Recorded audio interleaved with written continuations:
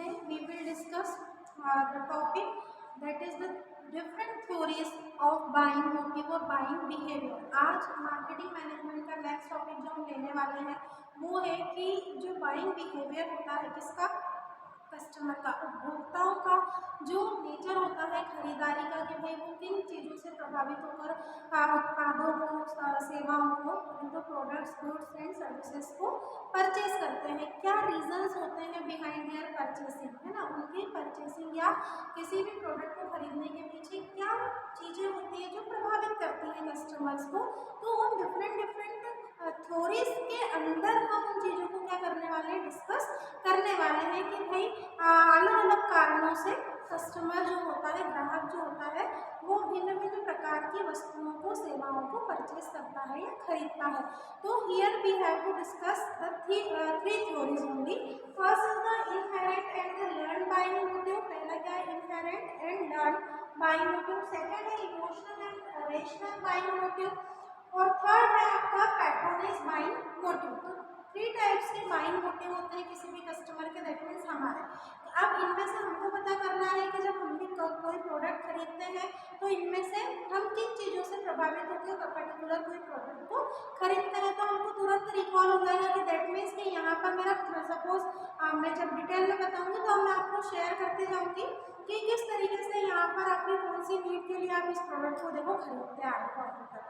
तो inherent and learn buying motive में हमको क्या पढ़ना है, सबसे पहले होता है इनहेरेंट। पहले हम जिसको डिस्कस करेंगे वो वर्ड क्या है आपका, inherent buying motive. Inherent buying motive बोले तो एवरी पर्सन और every customer is always want to fulfil his basic needs, that is his hunger, thirst, ठीक है।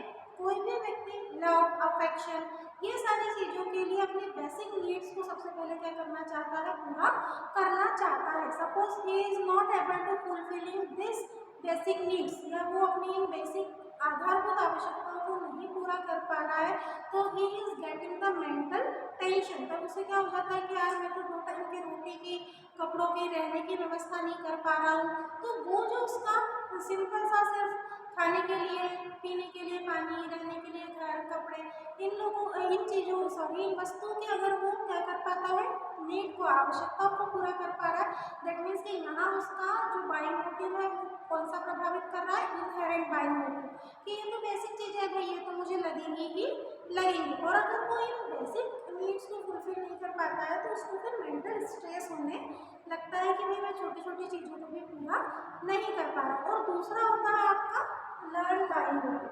अब ये लर्न बाइंग मोटिव क्या होता है, तो learn buying motive is occurs from the other customer, ठीक है। और we can say that we are learn from to the others, कि भाई किसी कस्टमर ने, सपोज मेरे नेबर ने या मेरे किसी फैमिली मेम्बर ने या मेरे किसी फ्रेंड ने किसी प्रोडक्ट को क्या कर लिया, परचेज कर लिया। तो सच थिंग्स इज कम और सब such mentality occurs from others in me, ठीक है, दूसरों से मुझ में वो चीज़ आई है। या जैसे कई बार होता है ना कि बच्चे अगर किसी फ्रेंड के पास कोई टॉय देख के आते हैं तो वो हमसे जिद करते हैं कि मुझे भी एक खिलौना चाहिए। तो दैट मीन्स कि they are having the learn buying motive, क्योंकि वो कहीं से देख कर आए हैं या टीवी पे एडवर्टाइजमेंट उन्होंने देखा है, that's why they are demanding to you, आपसे डिमांड कर रहे हैं कि भाई मुझे ये प्रोडक्ट चाहिए। या कई बार आपको भी लगता है कि मेरे फ्रेंड ने जो है वो एक्टिवा परचेस करी, then again I also want to purchase the Activa, और कोई अगर स्कूटर मुझे खरीदना है। तो ये होता है आपका लर्न बाइंग मोटिव।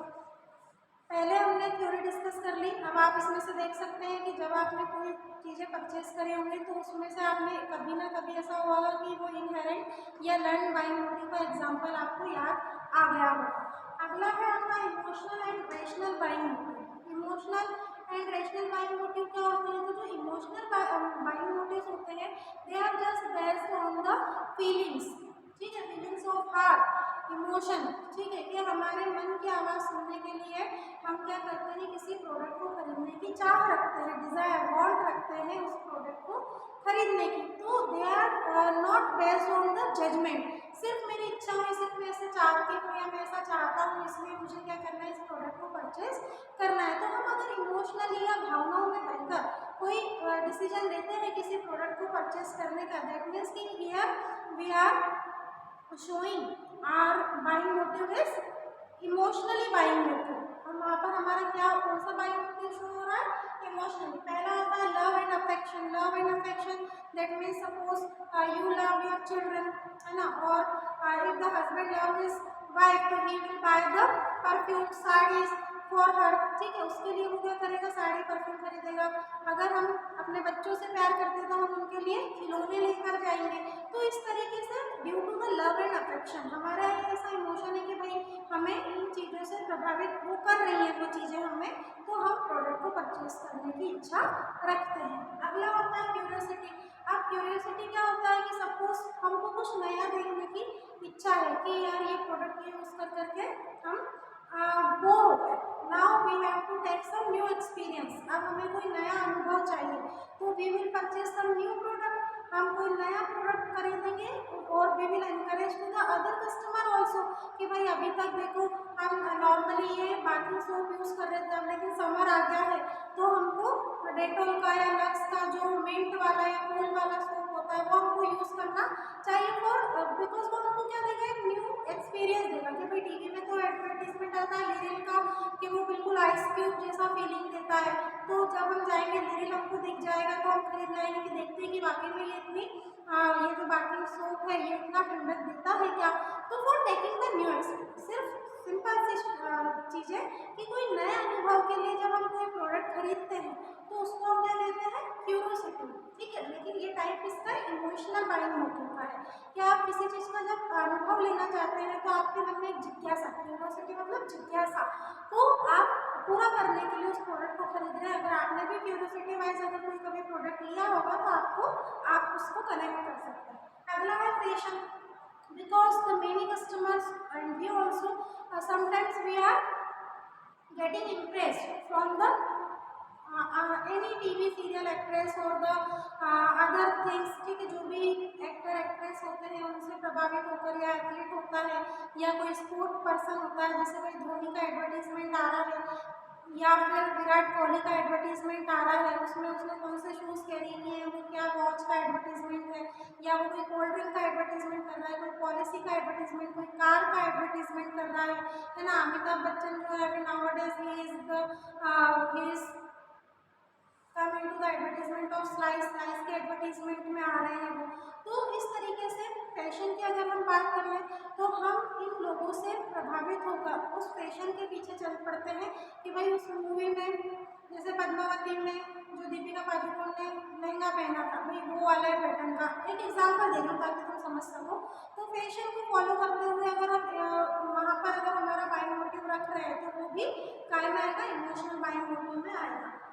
अगला होता है pride and prestige for maintain the image in between our family members, our friends and in our society. हमारे फैमिली मेम्बर्स, हमारी सोसाइटी या हमारे फ्रेंड्स के बीच में अपने अच्छी छवि बनाए रखने के लिए, अपनी अच्छी प्रतिष्ठा को बनाए रखने के लिए suppose if we are purchasing the product that means कि R15 खरीद रहे हैं, करिश्मा मोटरसाइकिल खरीद रहे हैं, BMW खरीद रहे हैं, colour television, fully automatic washing machine खरीद रहे हैं, है ना, चाहे घर में कोई ना देखना है, लेकिन still for maintaining our prestige, ठीक है, हमारे प्रतिष्ठा को बनाए रखने के लिए, किनके घर में तो कोई नहीं लेकिन बाहर हमारे फ्रेंड सर्कल में, हमारी फैमिली में, हमारे समाज सोसाइटी में, है ना, कि भाई कार से मैं BMW से उतरूँगा, शादी है ना, रिसेप्शन हो रहा है, वहाँ मैं BMW से उतरूँगा तो मेरी एक अलग ही वो बन जाएगी, छवि बन जाएगी, इमेज बन जाएगी कि भाई वो उनका लड़का उनकी लड़की तो BMW से आई। तो हियर प्रेस्टीज एंड प्राइड। तो यहाँ पर जो अगला बाइंग मोटिव होता है वो प्राइड से रिलेटेड होता है, आपकी प्रेस्टीज होता है, आपकी प्रतिष्ठा से जुड़ा होता है। तो इस वजह से आप क्या करते हैं? प्रोडक्ट खरीद लेते हैं या उस उत्पाद को आप परचेज कर लेते हैं। और अगला होता है फियर, ठीक है, ये सब इमोशनल के डिस्कस कर रहे हैं, अभी दूसरे हम डिस्कस करेंगे। अगर हम बात करें फियर की तो we all are having some fears, है ना, सभी को कुछ ना कुछ डर होता है। सपोज कि we are having the fear कि घर में चोरी ना हो जाए तो we are taking the lockers in the bank में लॉकर लिए होते हैं, सारी ज्वेलरी हम जो होते हैं वो बैंक के लॉकर में रखते हैं।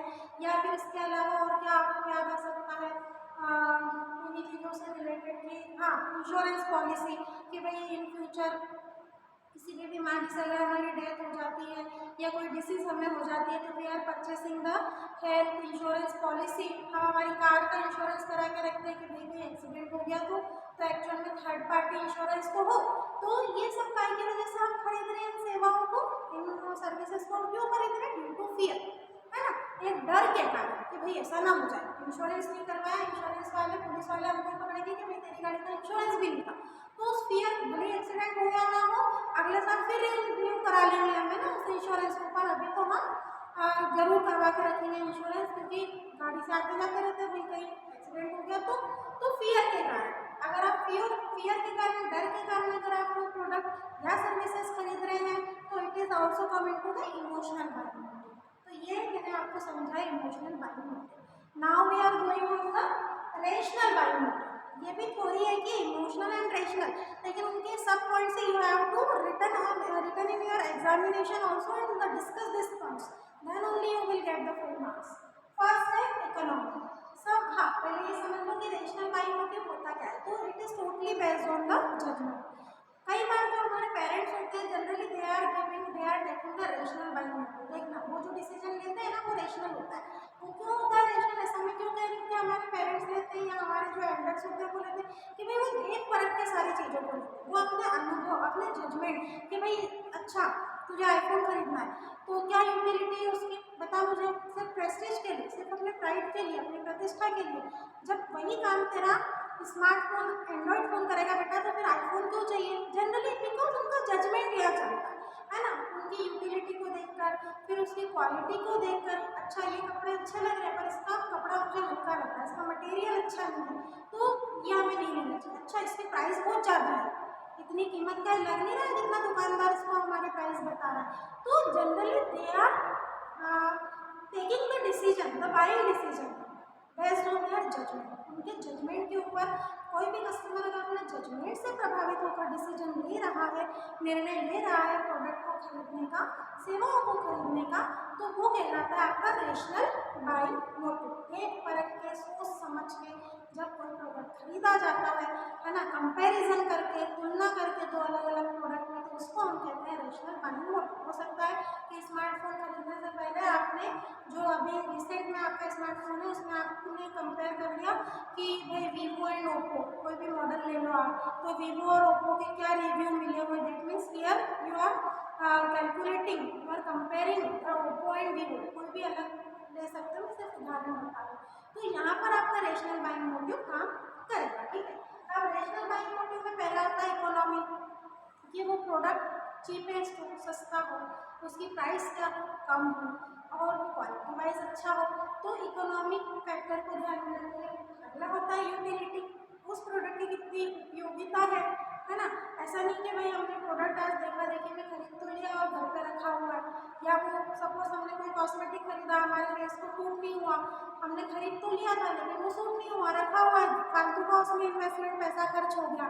तो ये हो गई आपकी यूटिलिटी। यूटिलिटी को ध्यान में रखकर कि भाई इसका कोई भविष्य में काम पड़ेगा या सिर्फ हम यूँ ही खरीद लें, तो अगर इन सारी चीज़ों को देखकर आप करते हैं तो वो रेशनल बाइंग। फिर comfort and convenience, for our comfortness, for our convenience, जो चीज़ें हमारे लिए क्या हो, हमको फिजिकली रेस्ट प्रोवाइड करें या हमारे लिए हेल्पफुल हो, तो उसको हम क्या बोलते हैं, हमारे कंफर्ट के लिए। Suppose we are purchasing the ceiling fan, new cooler, AC, है ना, कि भाई इस हीट से हमें प्रोटेक्ट करें, तो हमारे को हम we are purchasing the new sofa set for our home, हम हमारे घर के लिए न्यू सोफा सेट खरीदना चाहते हैं, तो हमारे हम यहाँ क्या देख रहे हैं कि हम हमारी कंफर्टनेस को देख रहे हैं, हमारी सुविधा को देख रहे हैं।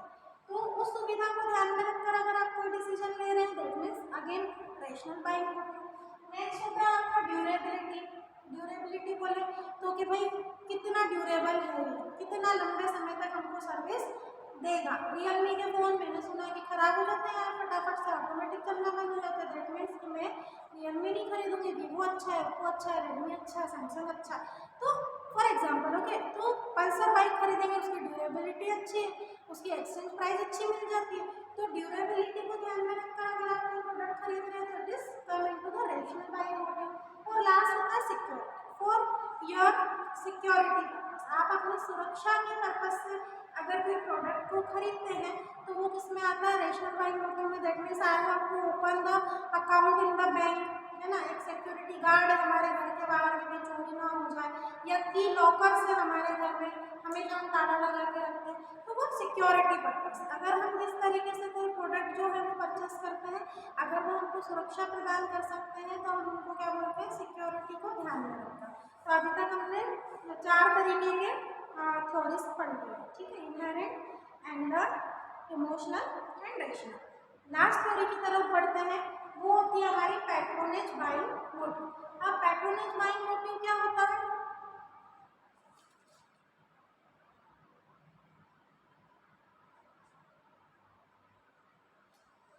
हाँ, कि if suppose some customers are purchasing the product from the same shop again and again, from the same store, है ना, from same place।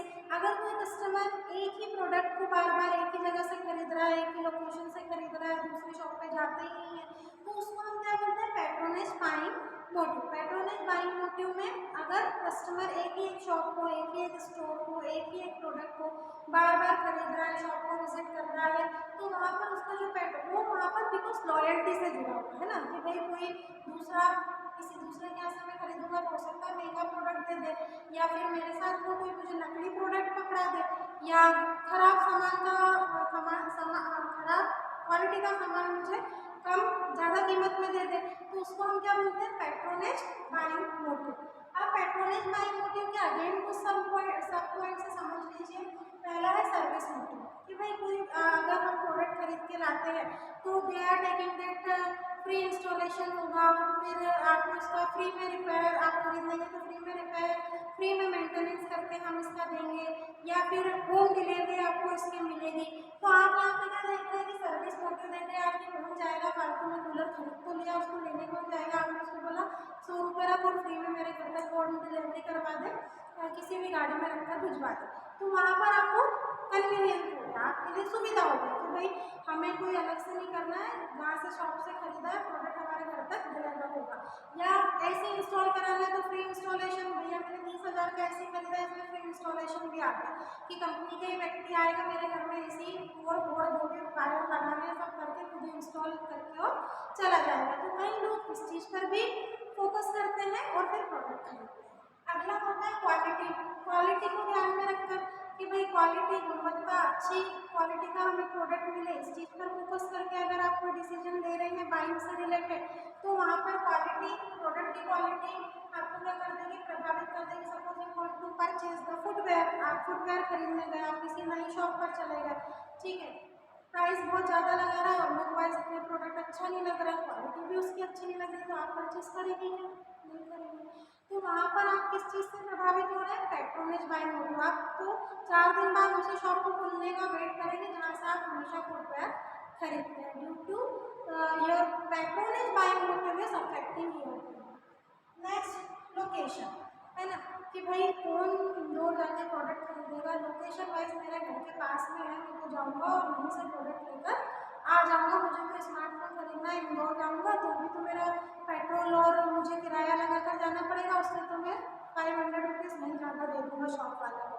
तो अकॉर्डिंग टू द लोकेलिटी और लोकेशन, कि भाई घर के नियर टू द होम, घर के पास एक शॉप है, वहीं से खरीद कर लाना है, तो लोकेशन से प्रभावित होकर, स्थान से, प्लेस से प्रभावित होकर, जब हमने कोई बाइंग मोटिव ले लिया कि भाई सब्जी लेना है, कौन जाएगा सब्जी मंडी, घर के सामने से डेली गाड़ियाँ निकलती हैं, यहीं से ले लो सब्जियाँ, तो लोकेशन ने आपको यहाँ पर उसकी प्रभावित कर दिया, तो वो आपका हो गया पैट्रोनेज बाइंग मोटिव।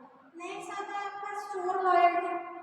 सम टाइम और maximum time we are purchasing the several products from the same shop, same malls, same stores, but क्यों खरीदते हैं हम एक ही दुकान से बार बार एक ही सामान को, क्योंकि हमको उस शॉपकीपर, उस स्टोर की लॉयल्टी पर क्या होता है, भरोसा होता है कि भाई यहाँ से जो भी हम प्रोडक्ट खरीदते जाते हैं वो ना तो खराब निकलते हैं, ना ही उनमें किसी प्रकार की कोई त्रुटि होती है ना, और ना कोई वो प्रॉब्लम क्रिएट करते हैं। तो भाई उसकी स्टोर की जो शॉपकीपर है उसकी लॉयल्टी पर हमको क्या है, पूरा विश्वास है, इसलिए हम again and again same shop को, सेम स्टोर को क्या करते हैं, विजिट करते हैं और वहीं से उन प्रोडक्ट को खरीदना पसंद करते हैं। आप में से भी मैक्सिमम लोग ऐसे होते होंगे जिनके कपड़ों की दुकान फिक्स है, घड़ी की दुकान फिक्स है, जूतों की दुकान फिक्स है, ग्रोसरी किराने की शॉप फिक्स है, सब्जी वाला फिक्स है ना। तो बिकॉज ऑफ लॉयल्टी। नेक्स्ट होता है friendly behaviour. Some shopkeepers are very friendly to their nature, है ना। वो उनके बिहेवियर काफ़ी क्या होता है, फ्रेंडली होता है। तो सिर्फ उनके अच्छे बिहेवियर के कारण, है ना, कि वो अपने कस्टमर को भाई बहुत अच्छे से डील करता है, कभी चिढ़कर सामान नहीं दिखाता या कभी बोलता है नहीं, है ना, मंगवा के देगा पर देगा। तो उसके फ्रेंडली बिहेवियर के कारण यहाँ पर हमारा पैट्रोनेज बाइंग मोटिव हमें क्या करता है, प्रभावित करता है। या हम पता लगा सकते हैं कि भाई हम ये चीज़ें फॉलो करेंगे तो कस्टमर हमारा ही रहेगा, किसी दूसरी शॉप पे वो नहीं जाएगा। तो उसका जो फ्रेंडली बिहेवियर हो गया, उसके कारण अगर हम सेम शॉप को बार बार विजिट करते हैं, that means here the customer is affected by this patronage buying motive. तो dear students, we have discuss the important theories of the buying motive. अगर बाइंग मोटिव बाइंग बिहेवियर का इस unit से question बनता है तो डेफिनेटली ये theories जो है वो पूछी जाती है। इसका एक इम्पोर्टेंट क्वेश्चन है थ्योरीज वाला। मीनिंग के बाद आप थ्योरी डायरेक्ट पेपर में लिख सकते हैं अगर क्वेश्चन आए। So thank you for